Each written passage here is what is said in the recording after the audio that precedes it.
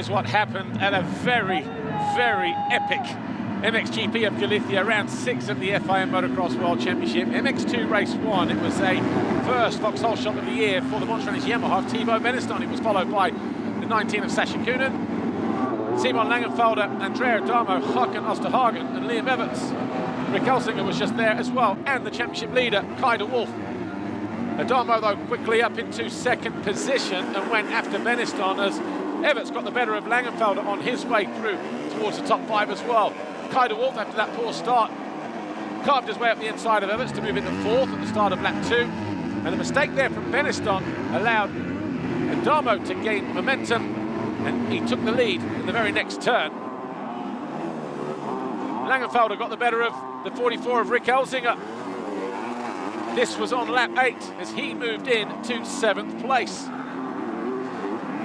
And continuing his charge towards the front, Kai de Wolf got the better of the 19 of Sascha Kühnen to move into 3rd, around about the halfway mark. Everts then carved his way up the inside of Sascha Kühnen to move into 4th, around about the same time in the race. And then Lucas Kühnen got the better of Sascha Kühnen as he moved into 5th with about 7 laps to go. De Wolf then had closed down Thibaut Beniston for 2nd position with about 4 to go, and then a couple of corners later, Beniston down from 3rd. He picked himself up in 5th, and that's where he would finish.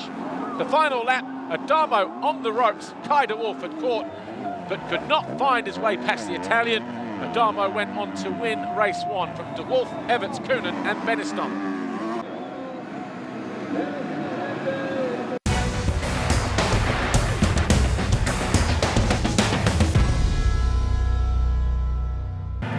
MX2 race 2. This time it was Liam Everts from about 13, 14 gates over who swept across the Vauxhall shot line for the 2nd time this year. He was closely followed by the fast starting Dane, Mads Fredso, but it didn't last long. Lucas Kühnen up the inside. The Dane was pushed back to 3rd. This time a better start for Adamo. Meanwhile, bottom end of the circuit, Sascha Kühnen moved into 3rd as he found his way past the 515. Towards the end of the opening lap, Lucas Kühnen found his way into the lead as he swept around the outside of Liam Everts. Sascha Kühnen was 3rd. Ferruccio Zanchi was in 4th place on the 73. As Adamo got the better of Langenfelder and went after the 44 of Elsinger. Elsinger found his way past the Italian and then Julius Mikola. Meanwhile, Kai de Wolf found his way past Rossi and Julius Mikola, the Czech rider on the Osika KTM. Adamo's pass on fellow countryman Zanchi put him up into 9th place. And then a neat move here from Kai de Wolf, cutting down early for a move into 4th. That pass was on Elsinger. Adamo then found his way past Elsinger, and so too did the Dane Mikkel Hart on the number 11. 2 positions in quick succession lost for the Dutch rider. De Wolf kept pushing as well. His pass on Sascha Kühnen got him into 3rd on lap 13 of 19. Adamo found his way past his teammate as well a lap later to move into 4th. That's where he would stay. And despite closing in on Liam Everts, Kai de Wolf not able to do anything about that 2nd place. In the end, it was Lucas Kühnen who went on to win race 2.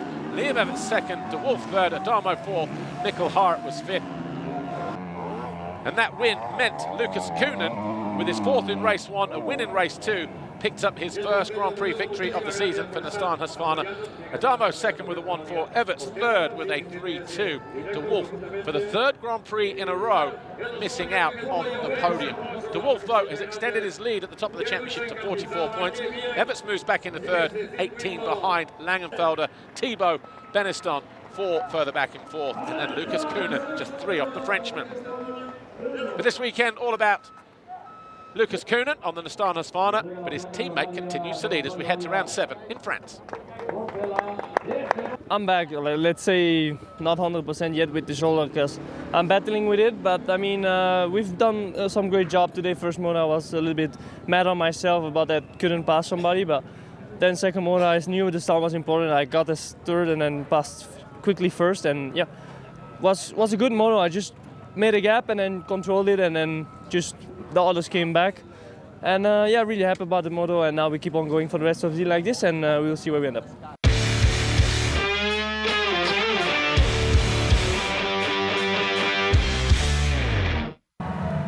Well, if MX2 was exciting, MXGP was off the scale.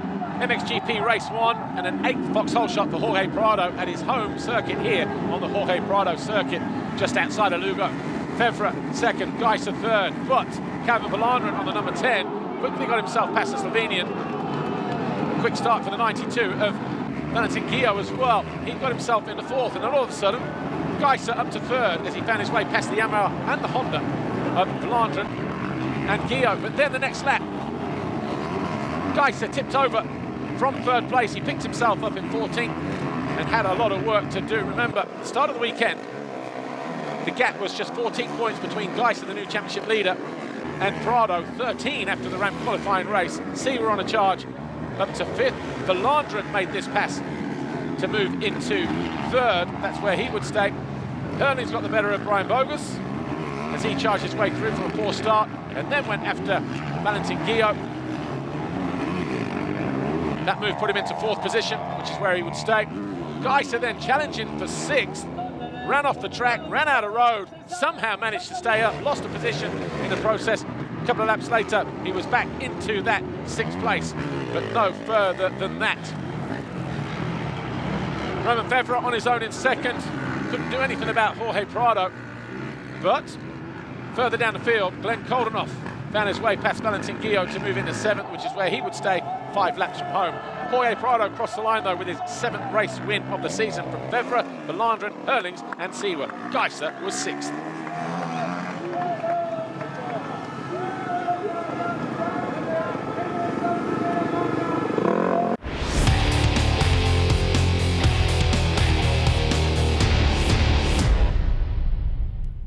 The start of MXGP race 2 was a false one as the gate of Jorge Prado and Jeffrey Hurlings failed to drop. So at the end of that first lap, everybody was pulled back. So the Vauxhall shot that Jeremy Cedrus thought he had scored was null and void. Everybody back to the waiting zone. And going into this second race, Geiser held a 3-point advantage over Jorge Prado. But it was Calvin Volandren who swept across the Vauxhall shot line for the first time this year on that monster in his Yamaha. Prado right there behind him in 2nd. Then Cedrus, Koldenoff, Febvre. Hurlings in there as well, tucked behind the 2 Kawasaki's. Geiser a couple of positions further back behind Valentin Guillot. Towards the end of the opening lap though, Prado, in no mood for hanging around, find his way past Volandren to take over the lead as Geiser carved his way up the inside of Hurlings in the background. Koldenoff had a lucky escape, but did lose a position to Febvre in the process. That was for 4th place. And then at the end of the straight again, he's already gone round the outside of Koldenoff. But watch this, Geiser cuts back to the inside of Febvre. It would not be the first time we see this move in this race. All of a sudden, Febvre up into Geiser up into 3rd. Jeffrey Hurlings soon discovered that line. A couple of passes in quick succession for the Bullet. He found his way into 5th. And then Geiser split the back marker in Calvin Volandren as he moved into 2nd on lap 7 of 19. He then went after Jorge Prado. As it stood right now, these two were tied at the top of the championship on the same points. The red plate was at stake. Hurlings then cut to the inside of Romain Febvre to move into 4th place on lap 13. And then he went after Calvin Volandren. And as soon as he'd moved into that 3rd place, Volandren folded the front. His chance of a podium was gone. He would pick himself up and finish in 7th. Hurlings was on track, though, for a podium of his own. With 3 to go, Tim Geiser tipped over from 2nd, pushing too hard to stay with Prado. That allowed Hurlings to go around the outside and into that 2nd position, where he remained for the last 3 laps. Jorge Prado, though, went 1-1-1 here when you include the Ram qualifying race. It was his 85th career race win. Hurlings was 2nd, Geiser 3rd, Febvre and Koldenoff rounded out the top 5. But a dream weekend here for Jorge Prado, winning at the Jorge Prado circuit. in front of his home fans. Literally grew up just down the road from here. Prado with a 1-1 then, his 43rd career podium win. Hurling second with a 4-2, Vevra with a 2-4, and the championship now, Prado back on top by 2 points. That red plate going back into the hands of the Spaniard. Geister second, Vevra third, Hurlings and Jonas rounding out the top 5. But another epic weekend here at the MXGP of Galicia in northwestern Spain. Jorge Prado continues to lead by 2 points as we head to France, round 7.